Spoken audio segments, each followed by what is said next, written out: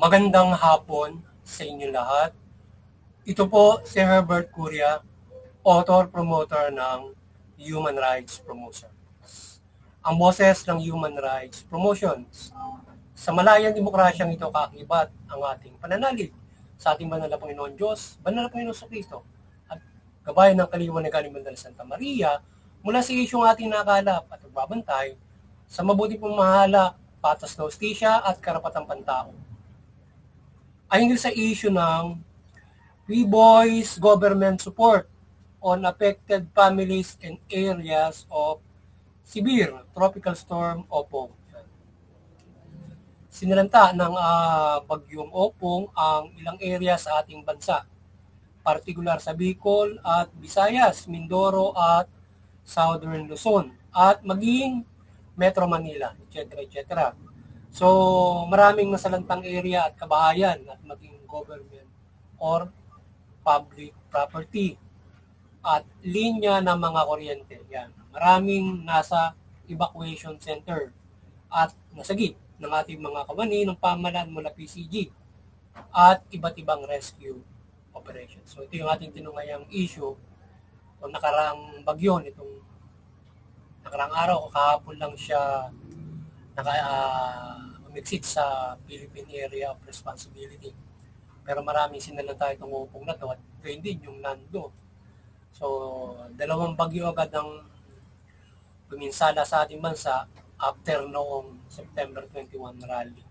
So, nasira yung isang mega dike sa Antique at iba't ibang structures sa mga area na tinamaan ng bagyo. So, meron pang mega dikes Antique na nasira. So, yun yung mga particular area na mga tinamaan ng bagyo. Bisaya, Antique, Aklan, yung Mindoro. So, yan. So, ilang Southern Luzon. So, yung ibang mga yung sa Quezon, hindi masyado. Pero yung banda roon, yung medyo mababa siya eh. So, kaya yung iba medyo naligtas yung iba, pero yung iba medyo mabigat yung kanila inabot. So, yung ating pamahalaan mula DSWD at maging private sectors ay nakisa sa pagtulong sa relief at iba't ibang tulong sa mga area na nasalanta ng bagyo. So, yung ating pamahalaan naman ay continue. So, bago pa lang, nakapag-prepare na yung ating pamahalaan from our President Marcos. So, kagaya din ng panahon ni Pangulong Duterte, meron silang brainstorm table pagka may bagyo at bago pa lamang dumarating. So, yun, nagsagawa sila ng conference. May conference room sila. Nagbo-balls in sila roon para pagandaan yung mga bagyo na yan at kung ano yung gagawin. So, nakapag-prepare sila dito sa Opong. Pero, syempre, talagang so yung DSWD yan, patuloy sila sa kanilang pagtulong at yung iba't ibang mga private sector para magatid ng relief sa pangunahin. So yung Human Rights Promotions ay mariing sumusuporta sa mabuting pamahala, patas ng hustisya at karapatang pantao. Sa isyong ito, ng bagyong Opong ay We-Boys government support on affected families and areas by severe tropical storm Opong. So yan. So tayo ay nakikisa sa pagsuboses ng paigting, patuloy at lubos na pagsuporta at pagbibigay ng karapatan ng mga nasalanta ng bagyo. At may kitpir yung karapatan nila maibigay sa kanila. So sila naman mula pa lamang ng ating pamahalaan ay nakapaganda na nasa evacuation center yung iba at yung iba ay nasa mga privadong sektor kung saan sila lumikas at paghatid ng mga tulong sa kanila. At sana ipagpatuloy yung pagtulong sa ngayon pa at pagbangon ng ating mga kababayan na maaaring nakabalik na sa kanilang mga kabayan. Pero kung yun ay mga sira-sira, siyempre, maaaring manatili yung iba sa evacuation center kung wipe out ang bahay nila. Pero sana matulungan, pagpapagawa ng bahay, kabuhayan, yan, patuloy, siyempre, na gawin ng ating pamahalaan yan. At siguro yung ilang mga diversyon nila doon sa sinasabing hindi pa pala yun sa ano pa yun, 2025 budget. So yung iba ba yung 2026 pa yun So yung budget niya yung 2025. So, ibigay ng full support dyan sa mga nasalanta niya. So, ang ating pamahalaan ay paigtingin ng pagtulong sa mga nasalanta ng bagyo mula sa relief at pagbangon nila sa kabuhayan at mga pagpapaayos ng kabahayan. So, yun. At syempre, hindi lang kabahayan, yung government property, serbisyo sa tao, kalsada, mga iba't ibang hospital, ibang government structure, dapat ayusin agad, lalo na yung kuryente. Kaya lang, syempre, kung hindi naman basta-basta nag-supply agad ng kuryente, kung dapat ayusin muna lahat ng mga kabahayan para safe. So, naway ang mga LGU sa mga national government ay magkaroon ng mahusay ng coordinations sa pagtulong sa mga nasalanta, lalo na moral support upang sila ay patuloy na makapamuhay. So, naway maasahan ng lubos ang ating pamahalaan, naway ang mga pribadong institusyon kagaya ng foundation, etc. ay makatulong din sa mga nasalanta. So, yun. So, yung ating pamahalaan, sana lubos silang masandalan ng ating mga kababayan na nasalanta. Siyempre, saan pa sila lalapit? Pangunahin sa pamahalaan. At siyempre, yung ibang mga kababayan na mayroong foundation, yung mga organizations na nakatutulong at ibang individual private sector na mayroong mabuting kalooban, makatulong kayo dun sa mga tao, dun sa mga nasalanta, makipag-coordinate kayo dun sa mga lugar na pamahalaan. Maybe national government o ilang mga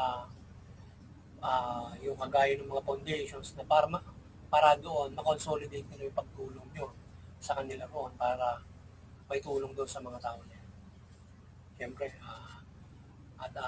dumating man yung sitwasyon, kayo man yung nalagay sa alanganin, so sila naman yung tutulong sa inyo. Pagdating manahon, o yung mga LGU na yun, tutulong sa inyo. Kaya yung mga LGU ng mga iba, tumulong din doon. At para sila ay makabangon yung ating mga kababayan o lokal na pamahalaan na yun, sinalata naman. Mayroong lokal na pamahalaan no? Hindi kaya tayo, yung buong area niya nasa state of the calamity. Kaya suportang mabuti ng gobyerno yun. Power some LGU private sector para makabangon na tayo. To the entire municipality and syempre mga individual families. So magkaroon din ng pagsusuri sa dike na nasira sa dike kung ito ay maaaring flood control na anomalya o talagang sinira lamang ng bagyo. So mayroong dike doon na nasira din umano. So na natin nakalap doon sa pagbabalita. So yung ating pamahalaan, tingnan mabuti yon kung yun ay talagang pininsala ng bagyo dahil malakas nga yung bagyo.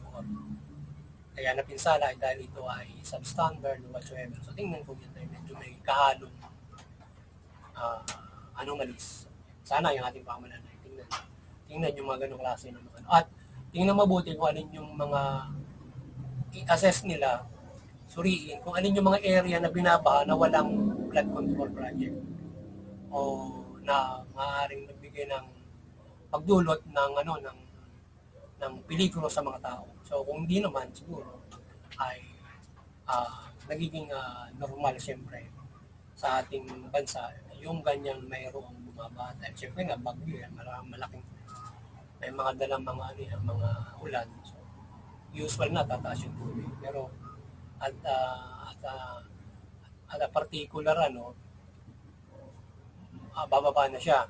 Pero ang kailangan siyempre, kung kailangan ng dike dahil nasa, siyempre kung nagpustao yung nagkambahay, yun, makatutulong yung dike to prevent mga makapaglampus tao. Siguro hanggang bewang, maaaring kahit di na siguro magdike kung yun ay ganun lang gagawin na isang bagyong napakalakas. Pero kung lampus bahay, so maaaring malagyan ng dike para makaprevent noong may mga ma-evaluation tao ng mga baha, siyempre. Siyempre, yung kabuhayan din at iba't ibang bagay kung ano yung magagawa. Kaya lang siyempre, dahil nga sa controversial yan, na mayroong anomalies, kinukurap yung flood control. So, free mabuti kung dapat lagyan, paano lalagyan para hindi makulang. Siguro, sabi nga ng ating Pangulong Marcos, kanyang tinanggalan muna ng budget yung flood control. Pinagsasaayos pa yung pagsasagawa niyaan. Next, para walang korupsyon. So sana maayos na mabuti yung usapin na yan para yung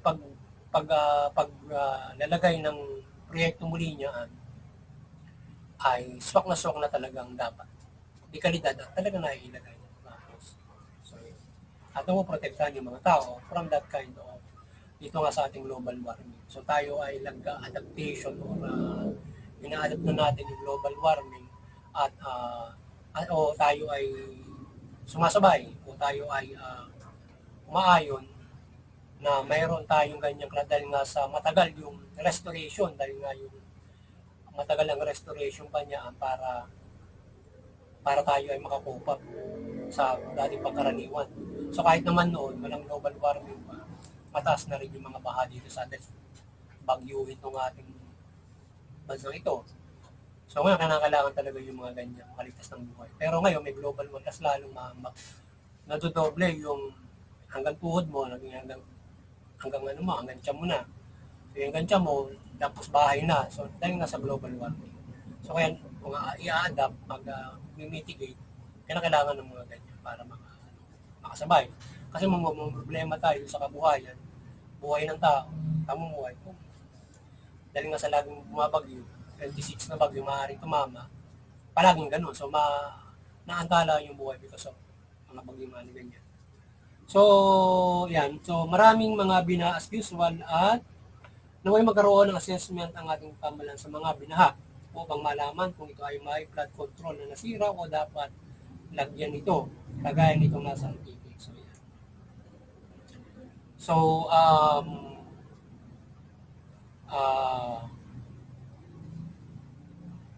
yun, yung sana yung ating pamahalaan paigtingin yung yung kanilang relief operation yan.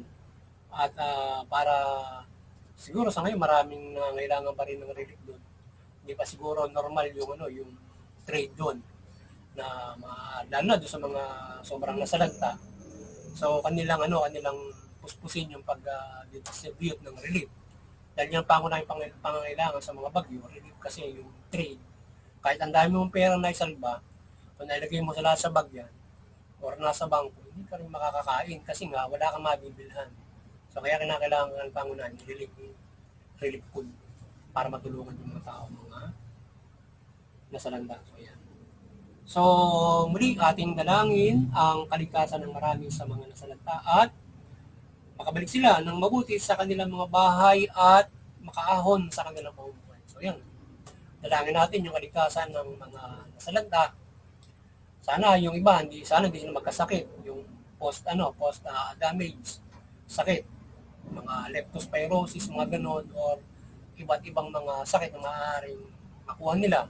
So sana sila yung makaligtas diyan at doon sa mga iba't ibang mga nasalanta, ano pa man ang maaaring mangyari sa kanila in restoring sa pamumuhay nila.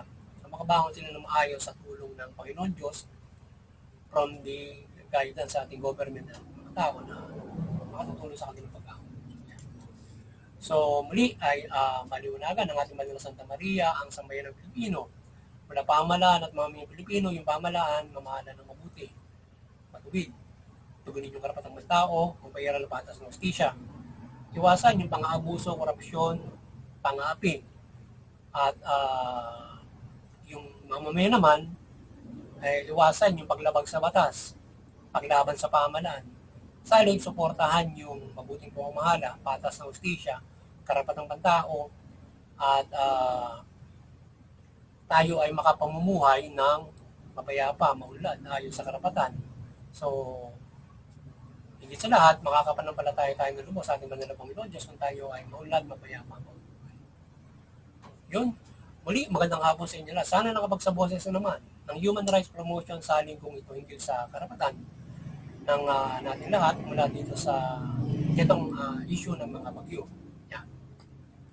Magandang hapon sa inyo lahat at God bless you all.